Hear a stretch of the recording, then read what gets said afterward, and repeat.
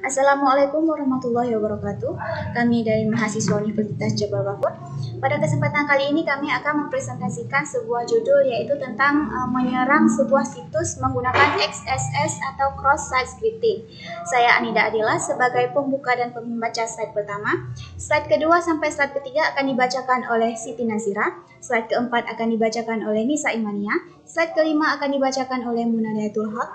Dan praktek penyerangan situs akan dipraktekkan oleh Vivi Marita dan juga kesimpulan juga akan dibacakan oleh Vivi Marita.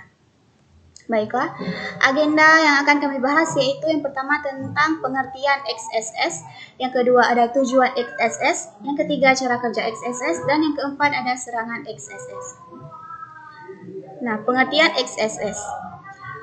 Pengertian XSS atau cross-site scripting. Sebenarnya apa itu pengertian XSS atau cross-site scripting? Cross-site scripting atau juga dikenal sebagai XSS adalah kerentanan keamanan web yang memungkinkan penyerang membahayakan interaksi yang dimiliki pengguna dengan aplikasi yang rentan ini. Ini menggunakan penyerang untuk menghindari kebijakan asal yang sama yang dirancang untuk memisahkan website yang berbeda satu sama lain. Kerentanan skip traffic biasanya memungkinkan penyerang menyamar sebagai pengguna korban untuk melakukan tindakan apapun yang dapat dilakukan pengguna dan untuk mengakses data pengguna manapun. Jika pengguna korban memiliki akses istimewa dalam aplikasi, maka penyerang mungkin bisa mendapatkan kontrol penuh atas semua fungsionalitas dan data aplikasi. Baik, saya akan menjelaskan tujuan XSS atau cross-site scripting. Setelah mengetahui apa itu XSS atau cross-site scripting, kita juga harus mengetahui tujuan script XSS ini. Adapun tujuan digunakan script XSS adalah sebagai berikut. Yang pertama, untuk menyamar sebagai pengguna atau korban. Yang kedua, melakukan tindakan apapun yang dapat dilakukan pengguna. Yang ketiga, untuk membaca data apapun yang dapat diakses pengguna. Yang keempat, menangkap kredensial login pengguna.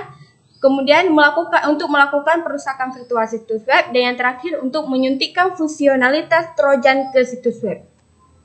Kemudian cara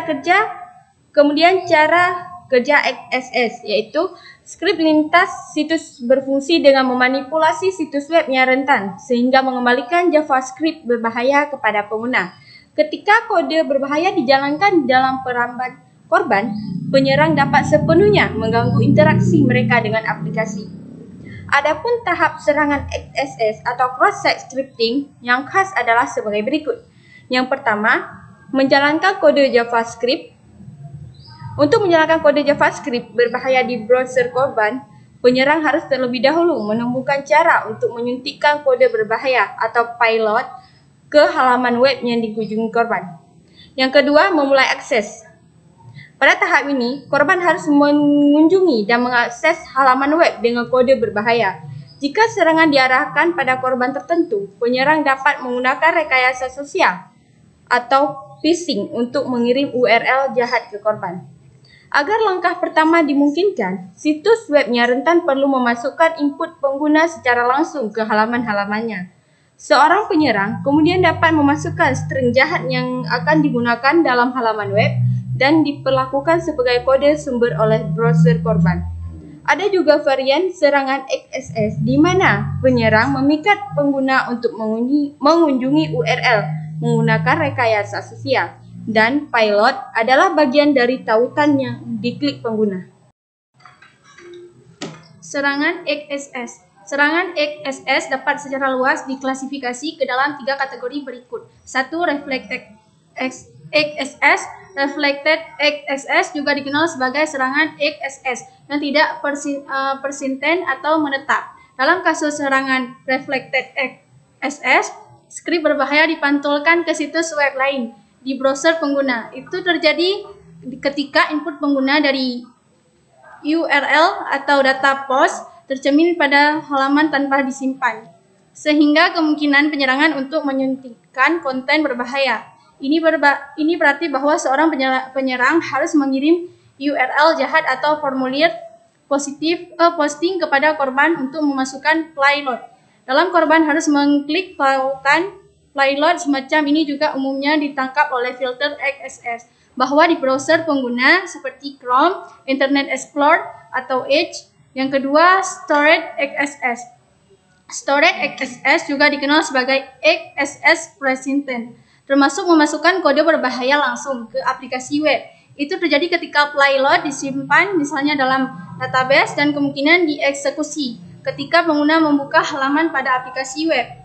Yang ketiga, DOM XSS. DOM XSS adalah bentuk serangan XSS di mana skrip berbahaya hadir dalam dokumen objek model. Alih-alih HTML dalam serangan cross-site scripting yang reflect dan storage. Kalian dapat melihat payload kerentanan di dalam di halaman respon tetapi dalam XSS berbasis DOM. Kode sumber HTML dan respon serangan akan persis sama, yaitu payload tidak dapat ditemukan di responnya. Itu hanya dapat diamati pada saat real-time dengan penyelidikan DOM halaman. Baik, saya akan menjelaskan bagaimana serangan XSS bekerja. Serangan XSS berbeda dari sebagian besar serangan lapisan aplikasi. Di sini, penyerang menyerang aplikasi pengguna dan bukan aplikasi atau servernya. Serangan XSS bekerja dengan menempatkan kode berbahaya, biasanya menggunakan client-side script ke output aplikasi web. Secara tradisional, sebagian besar situs web memiliki beberapa titik injection seperti search field, online feedback form, cookies yang muncul sebagai target lunak untuk setiap cross-site scripting. Salah satu motif paling umum di balik serangan XSS adalah untuk mendapatkan wawasan dari data cookie. Karena cookie biasanya digunakan dalam metode yang salah untuk menyimpan informasi seperti session ID, preferensi pengguna, atau bahkan detail login seorang pengguna. Client-side script tidak memiliki dampak langsung pada informasi sisi server, namun masih ada celah pada keamanan situs menggunakan manipulasi DOM atau dokumen objek model untuk mengubah nilai formulir atau mengalihkan tindakan formulir untuk mengirim data yang dikirimkan di situs web penyerang. Baiklah, saya akan menjelaskan cara menghack sebuah situs. Jadi, XSS hanya perlu dilakukan pada situs dengan memasukkan perintah HTML di akhir URL atau from yang terkena box XSS. Berikut saya akan memberikan sebuah contoh situs yang terkena XSS attack yang akan kami uji coba. Di sini kami sudah menyediakan sebuah link untuk situsnya. Saya akan mengcopy link tersebut pada search di sini.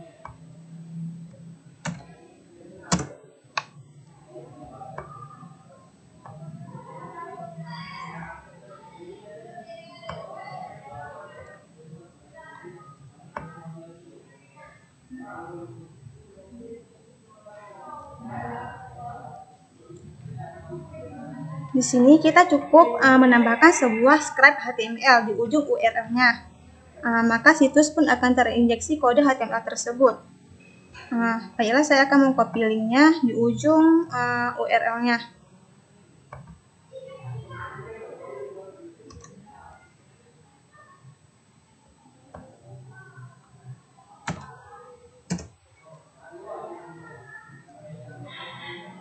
Bagaimana cara kita mengetahui bahwa web situs ini terinjeksi kode HTML? Di sini kita bisa melihat di sini ada terdapat hackkit.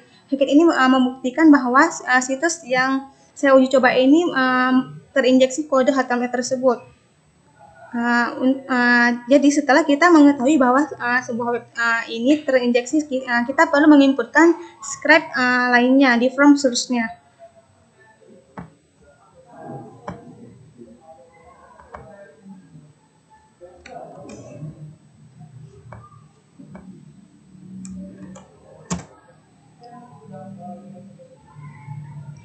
Jika keluar seperti ini, berarti web ini tidak aman atau berhasil kita serang dengan XSS-nya.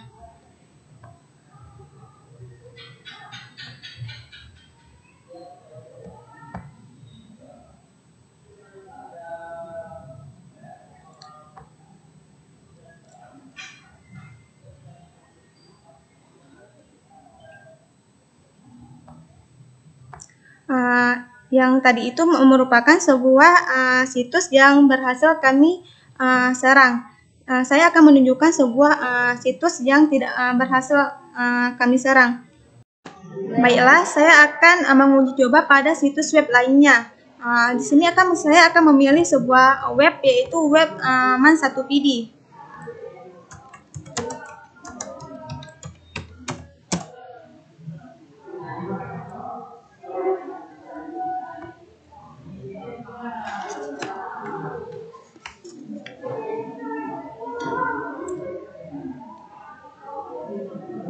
Di sini sudah keluar webnya. Saya akan memasukkan link yang sama pada scribe-nya.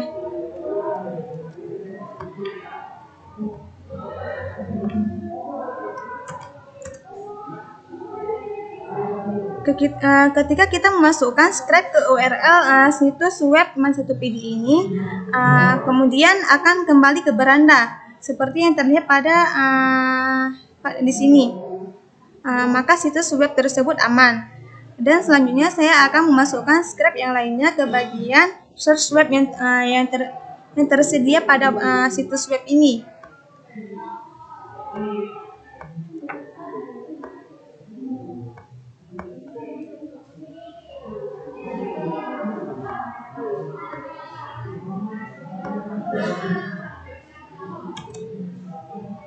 Saya akan mengcopy link ini di search web ini.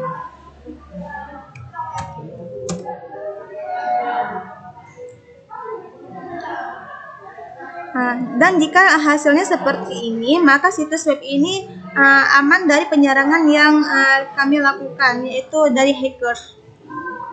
Dan keamanannya itu tinggi.